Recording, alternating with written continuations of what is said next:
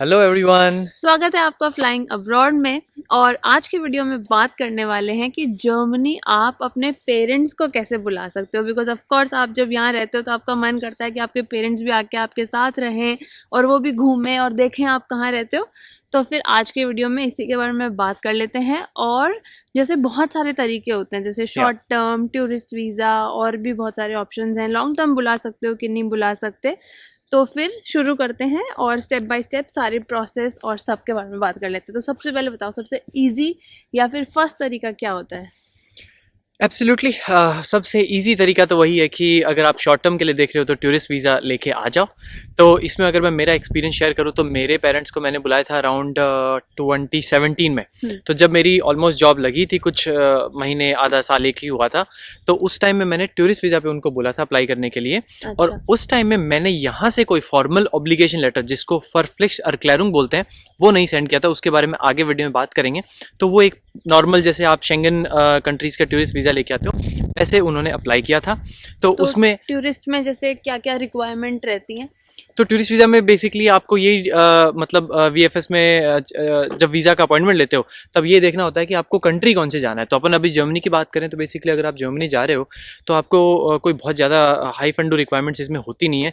आपको प्लेन अपना bank statement दिखाना है, अपने पास फंड्स दिखाना है, इनफ फंड्स दिखाने हैं, कितने टाइम के लिए जा रहे हो उसके लिए। जैसे फॉर एग्जाम्पल 1 मंथ जा रहे हो तो सर्टेन अमाउंट ऑफ फंड्स दिखाने पड़ेंगे, और फिर आपके रिजर्वेशन दिखाने पड़ेंगे, फ्लाइट टिकट्स और होटल कहाँ रहने वाले हो। हाँ। तो और एक आइटनरी भी दिखानी पड़ती है क्या कि यहाँ जाएंगे, ये हाँ। सिटी जाएंगे? तो मतलब अगर आप जैसे जर्मनी के अंदर विद इन जर्मनी ट्रैवल करने वाले हो तो अरे गाड़ी आ गई, तो आई थिंक थोड़ा शोर आ जाएगा। हाँ, तो अगर आप विद इन जैसे जर्मनी जाने वाले हो तो आपको बहुत ज़्यादा आइटनरी की ज़रूरत नहीं पड़ेगी। लेकिन अगर आप विद इन पूरे यूरोप ट्रैवल करने वाले, जैसे आप 10 दिन जर्मनी रुकोगे फिर स्विट्जरलैंड जाओगे। अच्छा बोला, क्योंकि बहुत सारे लोगों को ये भी डाउट रहता है कि अगर जर्मनी का वीज़ा मिलता है तो हम बाहर जा सकते हैं क्या, और यूरोप के कंट्रीज़ में। स्टूडेंट्स भी पूछते हैं ये वाली चीज़ कि हम ट्रैवल कर सकते हैं तो क्या। उसमें ऐसा रहता है कि जैसे आपकी आइटनरी पे डिपेंड करता है, राइट? हाँ, मतलब बट यूजुअली जैसे यूरोप का अगर यूजुअली वीज़ा जो मिलता है वो कोई एक कंट्री का नहीं होता, शेंगन वीज़ा होता है। हाँ। तो उसमें आप जैसे ईयू की जो भी कंट्रीज़ हैं, स्विट्जरलैंड भी आता है ट्रैवल के लिए उसमें, तो वो आप ट्रैवल कर सकते हो। हाँ, तो वो बेसिकली उन्होंने अप्लाई किया था, उसके प्रॉपर फॉर्म्स है वो आप वीएफएस की वेबसाइट पे देख सकते हो। तो उससे आप बेसिकली यहाँ आ सकते हो। तो मेरे पेरेंट्स अराउंड पौना महीना आए थे, 20-22 दिन आए थे। पौना महीना नहीं समझ में आता बहुत हाँ। सारे लोगों को। तो 21-22 दिन आए थे वो लोग। तो यहाँ पे रहे बिंदास, और मैंने कोई भी यहाँ से लेटर भी नहीं भेजा था, उन्होंने अपने आप खुद से ही अप्लाई किया और फिर बेसिकली वीज़ा मिल गया। तो इन्होंने यहाँ पे ट्रैवल किया बिंदास, हम यहाँ रहे। हम लोग फ्रांस भी गए थे और स्विट्जरलैंड भी गए थे, सेम ही जो वीज़ा मिला था जर्मनी वाले जो प्रोसेस है उसके थ्रू। ओके। और फिर दूसरा वाला प्रोसेस होता है जिसमें आप इनविटेशन लेटर भेजते हो। हाँ। जिसमें फिर वो एज ए फैमिली रियूनियन जो वीज़ा होता है, विजिटिंग फ्रेंड्स एंड फैमिली, उस कैटेगरी में आ सकते हो। तो उसकी थोड़ी सी रिक्वायरमेंट अलग होती है। उसमें जैसे आपको फंड्स वगैरह का इतना टेंशन नहीं रहता है, आइटनरी वगैरह का नहीं रहता है। तो उसका पूरा प्रोसेस क्या है? तो उस डॉक्यूमेंट को बेसिकली बोलते हैं फरफ्लिक्स अरक्लैरुंग, मतलब इंग्लिश में देखेंगे तो फॉर्मल ऑब्लिगेशन लेटर, जो आपको जर्मनी से मिलेगा। हाँ। तो जर्मनी के जो यहाँ पे आउसलैंडर बेहर्डे जो ऑफिस होता है वहाँ आपको जाना है, और वहाँ पे आपको क्या क्या डॉक्यूमेंट्स लेके जाने हैं। कोई खास उसके लिए भी डॉक्यूमेंट की बहुत ज़्यादा ज़रूरत होती नहीं है। बेसिक रिक्वायरमेंट क्या है? वो बहुत ईजी टू डू है अगर आप बेसिकली इनफ आपकी सैलरी है तो उसके लिए आपको चाहिए आपकी लास्ट 3 मंथ्स की सैलरी स्लिप्स, आपका पासपोर्ट, आपका जो वीज़ा है, वीज़ा कार्ड है, वो चाहिए। और कुछ कुछ केसेस में आप आप बेटर है कि साथ में कैरी करो जो आपका हाउस का जो कॉन्ट्रैक्ट है, जो आपने अपार्टमेंट रेंट पे ले रखा है या खुद का घर है या अपार्टमेंट है, उसका जो कॉन्ट्रैक्ट है वो आप बेसिकली अगर खुद का घर है तो कॉन्ट्रैक्ट थोड़ी होगा, खुद का घर होगा तो भाई खुद के घर के पेपर होंगे या जो भी होगा। हाँ। तो वो आपको बेसिकली लेके जाना है। और घर का वो एरिया वगैरह। करेक्ट। और जैसे फंड करने के लिए कितने लोगों को बुला रहे हो, उसके अकॉर्डिंग सफिशिएंट आपकी सैलरी है कि नहीं। करेक्ट। तो जैसे मान लो आप 2 लोगों को बुला रहे हो तो अब वो डिपेंड करता है, वो वीज़ा ऑफिसर ही चेक करेगा कि कितना आपकी सैलरी ऑलमोस्ट होनी चाहिए। अगर उसको लगता है कि हाँ भाई आपकी सैलरी इनफ नहीं है तो वो बता देंगे। तो उस केस में आई थिंक फिर वो आपको अपने अकाउंट में अगर आपके फंड्स हैं वो शो करने पड़ेंगे, राइट? कि मेरे पास इतने पैसे यहाँ पे पड़े हैं, तो मैं उनको 2 महीना 3 महीना जितना भी वो ड्यूरेशन होता है, आई थिंक 400 या फिर 800 यूरो पर पर्सन इश वो कैलकुलेट करते हैं एक्सपेंसेस के लिए। एग्जैक्टली मुझे उसका आइडिया नहीं, क्योंकि वो जो नंबर है वो कहीं पे चेकलिस्ट में मुझे मिला नहीं। तो इसके अंदर एरिया वाली बात करते हैं, राइट? हाँ। तो एरिया अगेन डिपेंड करता है कि कौन सी सिटी पे हो, बट यूजुअली जहाँ तक मेरा आइडिया है वहाँ तक 12 स्क्वायर मीटर पर पर्सन चाहिए। तो जैसे अब आप 5 लोगों को बुला रहे हो फॉर एग्जांपल, हाँ, तो आपको तो बड़ा 60 स्क्वायर मीटर तक का आपको एडिशनल स्पेस चाहिए। तो लेट्स से अगर आपका है 84 स्क्वायर मीटर खुद का घर, दो लोग अगर आप खुद रहते हो तो आप 6 लोगों तक को बुला सकते हो। और इसमें वो बच्चे को भी काउंट कर लेते हैं। किसको? अगर आपके छोटा बच्चा भी है तो वो उसको थर्ड मेंबर के जैसे काउंट कर एब्सोल्युटली, लेते हैं। हाँ हाँ, मतलब यहाँ तो पर पर्सन के हिसाब से जो एरिया है वो तो कैलकुलेट होगा ही होगा। हाँ, तो ये हो गया तो ये फंडा है। और पेरेंट्स की तरफ से क्या प्रोसेस रहता है? नहीं, एक मिनट यहाँ पे अच्छा। रुकते हैं। फर्फले सर्कुलर के बारे में 1-2 बातें और थी। हाँ। कि बेसिकली अपन गए, जैसे अपन उस दिन गए थे तो हम हाउस लेंडर बिहार चले गए ये सारे डॉक्यूमेंट्स लेके। हाँ। हमने शिल्पा की सैलरी स्लिप भी कैरी करी थी कि जस्ट इन केस अगर हमारे फंड्स कम पड़ जाएं तो, लेकिन उन्होंने बोला कि नहीं ठीक है, इतना ज़्यादा कुछ है नहीं ज़रूरत। तो हमने, अरे DHL वाले भैया आ गए, डाकी आ गया डाक लेके। तो हाँ, मैं कहा था हाउस लेंडर बिहार के ऑफिस में। हाँ। तो वहाँ पे आपको ऑन स्पॉट ही आप अपॉइंटमेंट लेके जाओगे, आपको ऑन स्पॉट ही उन्होंने ओरिजिनल में ये जो फॉर्मल ऑब्लिगेशन लेटर है कि आपको एक अलग सा ही डिफरेंट सा पेपर होता है। हाँ। और ऐसे लगता है जैसे कोई मार्कशीट दे रहे हो तो उस पर आपको प्रिंट करके वो दे देंगे। तो वो बेसिकली आपको लेटर मिल जाएगा। अगर आप जैसे 18 ईयर से ऊपर के लोगों के लिए कर रहे हो तो अगर वो आपस में जैसे रिलेटेड नहीं, जैसे आप मान लो भाई और बहन के लिए अप्लाई करना चाहते हो तो बेसिकली उन दोनों के लिए आपको अलग अलग 2 लेटर बनवाने पड़ेंगे, जहाँ तक मुझे आइडिया है। और हस्बैंड वाइफ का एक हो जाता है। जैसे हाँ। हमको सचिन के मम्मी पापा के लिए एक मिल गया, मेरे पापा के लिए और मेरे भाई और बहन के लिए हमको 3 लेने पड़े। तो उसका पर फॉर्म कॉस्ट था। हाँ, वो अपन सबसे इम्पोर्टेंट तो मिस ही करने वाले थे। पर फॉर्म उसके लगे थे कितने? 29 यूरोस। हाँ, तो जैसे 3 चाहिए तो वही मल्टीप्लाई बाय कर लो अराउंड। हाँ, कितने हो गए यार, कितने हो गए पता नहीं, गणित इतनी अच्छी नहीं है। चलो। बट बेसिकली अगर आप जैसे मम्मी पापा को बुला रहे हो तो एक में काम चल जाएगा। बट अगर 27 थे कि 29 थे, वो देख के लिख देंगे। अभी बहुत ही ताज़ा बात है, लेकिन 27 और 29 में कुछ कंफ्यूजन हो चुका है। जहाँ तक मुझे लगता है 29 है कि 27 है। वेरी गुड, मेमोरी गई तेल लेने क्योंकि ठंड में दिमाग एकदम फ्रीज हो चुका है। तो ये हो गया, मतलब आपको लेटर मिल गया। अब उस लेटर के बाद में कुछ ज़्यादा डिफिकल्टी नहीं है। वो लेटर आप ओरिजिनल में अपने घर पे भेज दो और उसके बाद में आपके घर वालों को क्या करना है शिल्पा? VFS में अपॉइंटमेंट लेना है। अपॉइंटमेंट तो लेना ही पड़ेगा। हाँ। फिर उनको अपने डॉक्यूमेंट्स रेडी करने हैं। तो उसमें जैसे उनको ऑफ कोर्स अपना पासपोर्ट चाहिए होगा, फिर बर्थ सर्टिफिकेट भी मांगते हैं ना कुछ केसेस में, और उसके अलावा मतलब यूजुअली मांगेंगे बर्थ सर्टिफिकेट। हाँ, और क्या डॉक्यूमेंट्स थे? हाँ, और कवर लेटर आपकी, वही आपको उनको फ्लाइट टिकट्स चाहिए। हाँ। रेजिडेंशियल तो आपने कवर कर लिया कि आप यहाँ पे वो जब आएंगे तो आप ही के घर पे रहेंगे। हाँ। तो फ्लाइट टिकट चाहिए, कवर लेटर चाहिए, फिर यहाँ से आपको अपना पासपोर्ट, जो वीज़ा की कॉपी है वो, और ये दोनों डॉक्यूमेंट भेजने पड़ेंगे। और एक सिंपल सा एक प्लेन पेपर पे इनविटेशन लेटर भी आप साथ में भेज दो कि ये लोगों को मैं ऐसे ऐसे इनवाइट कर रहा हूँ। वो जो आपने फॉर्मल ऑब्लिगेशन लेटर भेजा है वो मोर देन इनफ है। और फिर उनको अपना एक कवर लेटर बनाना पड़ेगा। हाँ। और फिर और वो जैसे मेरे पेरेंट्स को सचिन ने इनवाइट किया, तो जैसे सन इन लॉ इनवाइट कर रहे हैं तो उस केस में देवर लाइक की प्रूफ तो करो सन इन लॉ है। तो जैसे मेरा भी पासपोर्ट लगा था जो उनको देना पड़ा वहाँ पे, पासपोर्ट की कॉपी। हाँ, पासपोर्ट की कॉपी। अरे फोन आ गया सॉरी। और अच्छा, फोन चलते हुए शिल्पा कह रही है कि मैं कर दूंगी सारा वीडियो।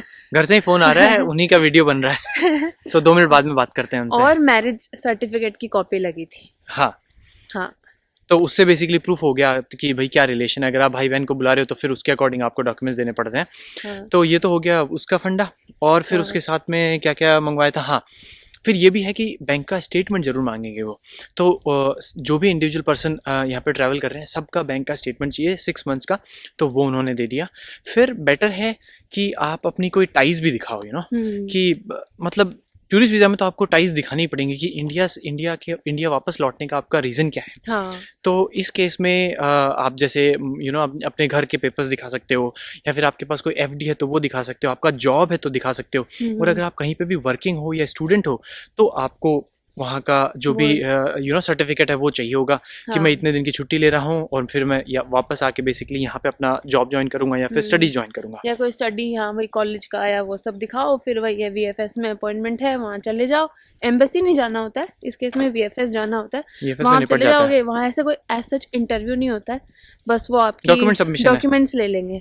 हाँ, तो हो गया फिर ये सारे डॉक्यूमेंट्स बेसिकली वहाँ पे दे दिए और फिर आपको usually within a week और 2 वीक्स में आपको वीज़ा स्टैम्प होके बेसिकली आपको अपना पासपोर्ट कलेक्ट करना होता है। अगर कुरियर सर्विस लगवाई है तो बेसिकली आपके घर पे वो डिलीवर हो जाएगा पासपोर्ट पे वीज़ा लग के।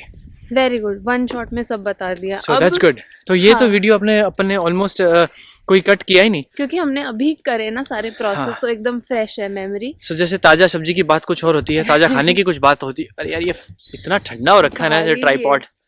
हाँ, और अब लास्ट होता है कि भाई जैसे किसी को लंबे टाइम के लिए बुलाना, जैसे ये तो है कि 3 मंथ्स का मिलता है सिर्फ, है ना। उसके बाद में कूलिंग पीरियड है 3 मंथ्स। टूरिस्ट आओ या फैमिली रियूनियन में आओ, फिर 3 मंथ्स के लिए जाना ही पड़ेगा, फिर वापस 3 मंथ्स के लिए आओ। उसके अलावा कोई ऑप्शन नहीं है। और जैसे आपके पेरेंट्स 2-3 बार आ गए तो उसके बाद में आपको लॉन्ग टर्म वीजा मिल सकता है। करेक्ट है ना। हाँ। तो जैसे मान लो 1 या 2 बार, 6 महीने के लिए बुलाना है, 1 साल के लिए बुलाना है, या परमानेंट बुलाना है, उसकी बात करते हैं जरूर। वो बहुत ही इंपॉर्टेंट पॉइंट है इस वीडियो के लिए।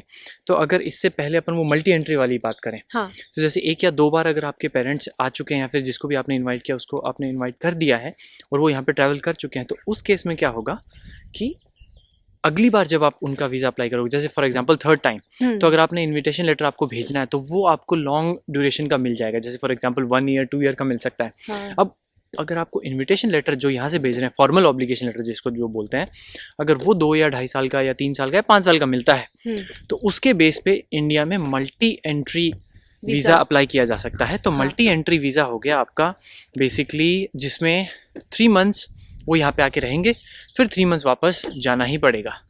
लेकिन उसमें बार बार वीज़ा के लिए अप्लाई नहीं करना पड़ेगा। वो मतलब 5 साल का या जितना भी देते होंगे वो हो जाएगा वैसे, तो वो भी काफी इजी है। मैं एक बार चेक कर लूं शिल्पा कि वीडियो तो बन रहा है क्या? हाँ, वाह वीडियो बन रहा है। 12 मिनट हो चुके हैं Shilpa. Okay, very good very good. So 12 minute 1 short video जाएगा। जर्मन कोई एडिटिंग नहीं करनी पड़ेगी। जर्मन में बोले तो गुड gemacht, हाँ, अच्छा किया, गुड gemacht। हाँ, अरे वाह Shilpa, Sie sprechen gute Deutsch, ja? Ja. Sie müssen oder Sie machen deutsche Unterricht oder नहीं? Ja, ich nehme deutsche Unterricht. Very good sehr gut, ja? Guys हमने थोड़ी सी जर्मन बोली, मैंने ऐसे बोला शिल्पा को कि लिंगोड़ा से सीख रहे हैं। सो मैंने शिल्पा को ये पूछा कि क्या आप अभी जर्मन क्लासेस ले रही हैं, तो शिल्पा ने जवाब दिया हाँ मैं अभी जर्मन क्लासेस ले रही हूँ। ओके, तो मल्टी एंट्री का तो बेनिफिट हो ही गया ना काफ़ी ज़्यादा, कि आपको बार बार वीज़ा अप्लाई नहीं करना पड़ेगा। बट उसमें यही है कि एक ही स्ट्रेच में आप 3 मंथ्स ही रह सकते हो मैक्सिमम। तो उसके आगे का बताओ। उसके आगे रोड है वो बहुत ही कठिन है गाइस, क्योंकि लॉन्ग स्टे अगर आपको 3 मंथ से ज़्यादा चाहिए इंडिया में, जब बैठे हो आप, अगर 3 मंथ से ज़्यादा का वीज़ा लगाने का कोई भी यूजुअल ऑप्शन नहीं है, at least on the VFS website और जर्मन एम्बेसी की वेबसाइट पे भी। तो ये बहुत ही थोड़ा सा एक फैक्टर रहता है जर्मनी में कि आप लॉन्ग टर्म के लिए बुलाना बड़ा ही टेढ़ी खीर है। अब इसमें हमने काफी सारे कंसर्न भी रहता है बहुत सारे लोगों के लिए जो जर्मनी मूव होना चाहते हैं, अगर किसी के पेरेंट्स को बुलाना चाहते हैं, फिर वो कंसीडर करते हैं कि चलो कोई और देश चल जाते हैं। अब जैसे शिल्पा ने बताया कि भाई पेरेंट्स को तो सबके लिए कंसर्न है ही, तो इस सिचुएशन में हमने काफ़ी सारा इंटरनेट पे भी रिसर्च करने की कोशिश की और जो यहाँ पे 10-15-20 साल से जो लोग रह रहे हैं उनसे भी पूछने की कोशिश की और उन्होंने भी अपने अपने ओपिनियन शेयर किए। तो अभी तक हमें ऐसा कोई बंदा नहीं मिला जिसने सक्सेसफुली अपने पेरेंट्स को लॉन्ग टर्म यानी आई डोंट नो 2 साल 3 साल के लिए या फिर परमानेंटली भी यहाँ पे लाइफ लॉन्ग के लिए भी बुला लिया है क्या? किसी से सुना है कि किसी ने बुलाया है, पर हमें एक्चुअल में नहीं पता है कि किसी ने अभी तक बुलाया है।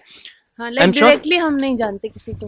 तो उसके लिए कंडीशंस हैं कि अगर आपके पेरेंट्स फुल्ली डिपेंडेंट हैं आप पे फुल्ली, और अगर आपका कोई भी सिबलिंग इंडिया में नहीं है या फिर अगर है तो भी वो टेक केयर नहीं कर सकता है पेरेंट्स की, और ओनली आप ही उनकी यहाँ पे उनकी केयर कर सकते हो, और वो भी जर्मनी में ही। ऐसा नहीं है कि आप उनकी केयर अगर इंडिया में कर पा रहे हो तो भी वो थोड़ा सा रूल ट्रिकी हो जाते हैं। बट अगेन इसमें हमारा बिल्कुल भी एक्सपीरियंस और नॉलेज नहीं है, तो इस पर हम लोग कुछ ज़्यादा बात कर भी नहीं सकते। और let's say with a fact, मतलब हमें जितना पता है वो हमने ऑलरेडी शेयर कर दिया। तो बेसिकली इसमें आपको थोड़ा देखना पड़ेगा, रिसर्च करना पड़ेगा, और केस टू केस बेसिस ये डिसाइड होता है। इमिग्रेशन आपको लॉयर लेने पड़ सकते हैं basically to make up your case, कि आपके क्या क्या बेसिकली यू नो रूल्स और रिक्वायरमेंट्स हैं, या फिर आपकी क्या सिचुएशन है। थ्रू ही जाना पड़ता होगा इस सिचुएशन में अगर आप ट्राई भी करना चाहते हैं तो। और बाकी अगर आप ऑलरेडी हो जर्मनी में और किसी को जानते हो तो आप कमेंट्स में शेयर कर दीजिए, तो मे बी वो हेल्पफुल हो, जैसे अगर कोई देख रहा हो ये वाला ऑप्शन तो उसके लिए। एब्सोल्युटली अपना अपना फीडबैक जरूर शेयर करो, क्योंकि फिर क्या पता हम आपको कांटेक्ट करें, अपन लोग साथ में एक वीडियो भी बना सकते हैं कि आप अपना एक्सपीरियंस शेयर कर सकते हो कि कैसे आपने सक्सेसफुली अपने पेरेंट्स को यहाँ पे बुलाया है। हाँ जी। सो हो गई बातें, अब आगे होंगे और इतने में तो आपके सारे पेरेंट्स यहाँ पे, या फिर जिसको भी आप बुलाना चाहते हो, अपने दोस्त यार या फिर पेरेंट्स या फिर भाई बहन। सो अब that's it I think Shilpa, और कुछ अपन ने तैयारी करी थी इस वीडियो के लिए? आई थिंक नहीं, इतना ही था। हाँ, ये वीडियो के लिए हमें कोई बहुत ज़्यादा तैयारी करने की जरूरत नहीं लगी, क्योंकि हमारी तैयारी क्योंकि ऑलरेडी हो हमको- चुकी थी। जब हमने ये सारा प्रोसेस किया तो हमारी तैयारी काफी ज्यादा उस टाइम पे हो गई काफी थी। ज्यादा तो हमने सोचा यार जब भी कोई वीडियो बनाना होता है तो फिर उस टाइम पे वो फिर से सारा देखना पड़ता है कि क्या है, क्योंकि आप भूल जाते हो ऑफ कोर्स। तो हमने बोला ये अभी करा है, सब कुछ एकदम फ्रेश है, जल्दी से बना डालते। तो हमने विदाउट एनी कट ये वीडियो बना डाला। करेक्ट। सो दैट्स इट, हो गया फॉरफ्लिक्स एरक्लैरुम का वीडियो, फॉर्मल ऑब्लिगेशन लेटर का वीडियो। अब आप बिना बांध का वीडियो लंबा खींच नहीं बिल्कुल नहीं गाइस, बिल्कुल लंबा नहीं करेंगे। So that's it for this video. सबको बोर कर दिया। सो शिल्पा मेरी मजे ले रही है, पीछे मार रही है। होप आपको ये वीडियो काफ़ी अच्छा लगा हो, एंड तहे दिल से बहुत बहुत शुक्रिया आपको ये वीडियो देखने के लिए। जो भी फीडबैक है जरूर अपनी कलम उठाएं और कमेंट्स में लिख दें। कलम से नहीं लिखा जाता, हाथों से ही अरे लिखा हाथों जाता में है। लोगों की कलम होती है, ऐसी कोई बात नहीं है Shilpa. Okay guys, that's it for Okay, this video. Thank you Okay, so much. bye. बहुत ही धांसू सी गाड़ी आ रही है, आई होप आपको दिख जाए। मुझे लगता है GLE है, गई GLE पीछे। Okay that's it. 20 minutes video done. Everyone is bored. Okay, bye. Okay thank you so much, bye bye.